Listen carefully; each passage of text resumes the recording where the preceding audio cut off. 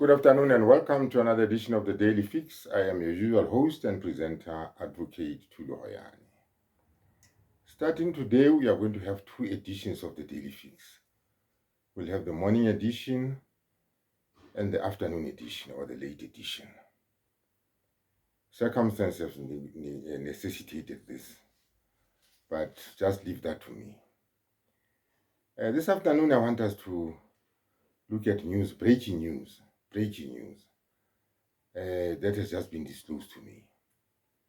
I am informed by some of my trusted sources, some very trusted sources, that plans are underway to take in all the people who were in the Khumalo house on the fateful day that Senzo Meyiwa was killed. That will include Makhumalo, that will include Kelly, that will include Zandi, Mthokozisi, Tumelo Madlala, Longwe Twala, and whoever was around there. I think that's about them all. Whoever was around there. They will be taken in for questioning and they're going to be treated as suspects. Remember, we've always said, why are these people not being treated as suspects? Because remember, I have it on good authority that when the police were enlisted into this Meyiwa investigation, they were simply thrown off the track. They were told this intruder story that, there'd been intruders into that house and that the intruders were there apparently to rob the people in the house, and it all went wrong, and they ended up shooting Senzo Meyiwa and ran in the direction of the park, somewhere not very far from the house. That is the story that we have. That is the subject of 636, which is unfolding in the Pretoria High Court as we speak, or these days, or which is set to resume very shortly in the Pretoria High Court. So the information that we have is these people are, for the first time in their life, being treated as suspects. All of them. Remember, I have always said that these people, the people in the house, should have been treated as suspects in the first place. In other words, gunshot residue tests should have been done on them, DNA tests should have been done on them, and all that is entailed in a forensic investigation should have been undertaken. None of this was done. None of this was done. In spite of the fact that, the DNA ruled all the people who are supposedly in the dock now for the murder of Senzo Meyiwa. Those who were in the house were never being examined for DNA. No DNA swabs were taken from them. So in a sense, the old saying goes, the chickens have come home to roost. So at least we are seeing for the first time some concerted action from the very top echelons of the prosecution authority and the South African police services themselves, taking action to correct this sort of situation, because we have always had two parallel versions. I've always been so worried about these two parallel versions.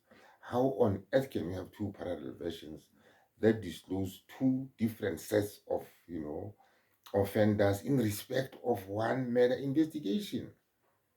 This throws the system into disrepute, because as those people stand trial in the Pretoria High Court, on the other hand, people are left speculating as to whether are these the right people.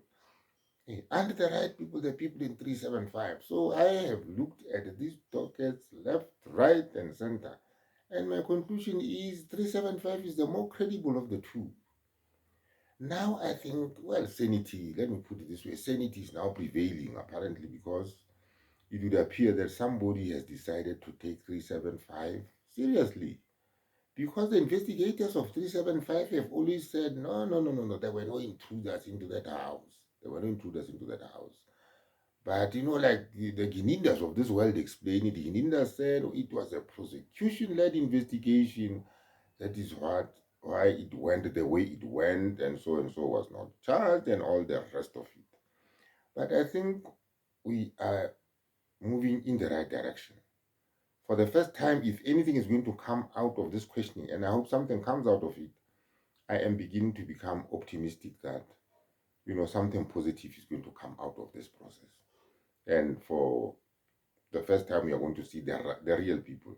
or the right people in that dog, not people whose DNA has been, excluded, right?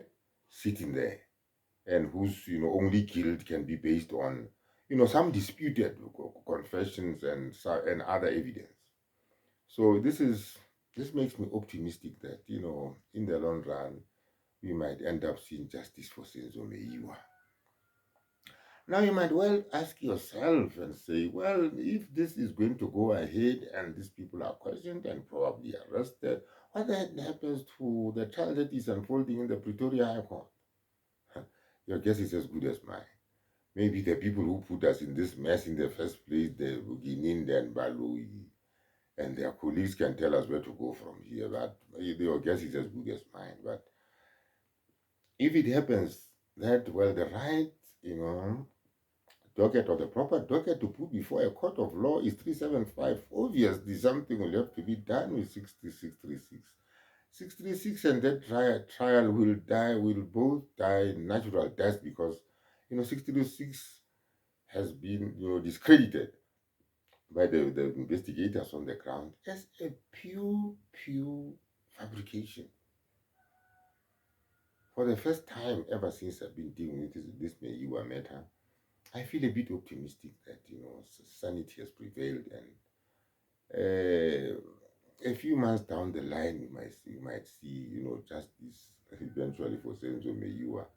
After all these many years, we are into the 11th year since, Senzo Meyiwa passed away, and here we are still struggling to find out who killed Senzo Meyiwa. It is really, a tragic state of affairs. This matter should have been settled long ago, not only for the sake of, the justice system in South Africa, but above all for the Meyiwa family, who have been looking for justice for 11 long years. So having said that, let us look forward to what happens in around May, and I'll put my ears on the ground, my eyes wide open, and see what happens following that questioning. And I really hope sometimes, the mainstream media reports this, because, the mainstream media some doesn't report some of these things. They don't think they're worth reporting, but, some of us will just come out with the news and report what we have to report. Having said that, let me say I'm very happy about what I'm seeing. The subscriptions are coming in a very satisfactory manner, and so are the views. I have the strength. I feel that strength behind me, that, people are behind this initiative, and people are, watching these videos. It's very encouraging to see that, you do something and people watch it. It motivates you. Having said that, let me say to you, thank you for watching this video. Like I said, when we started this video, when I started this video, at the beginning of this video, I said, from today, two editions, one in the morning, one in the afternoon. So tomorrow, look forward to the morning edition tomorrow, and have a nice day.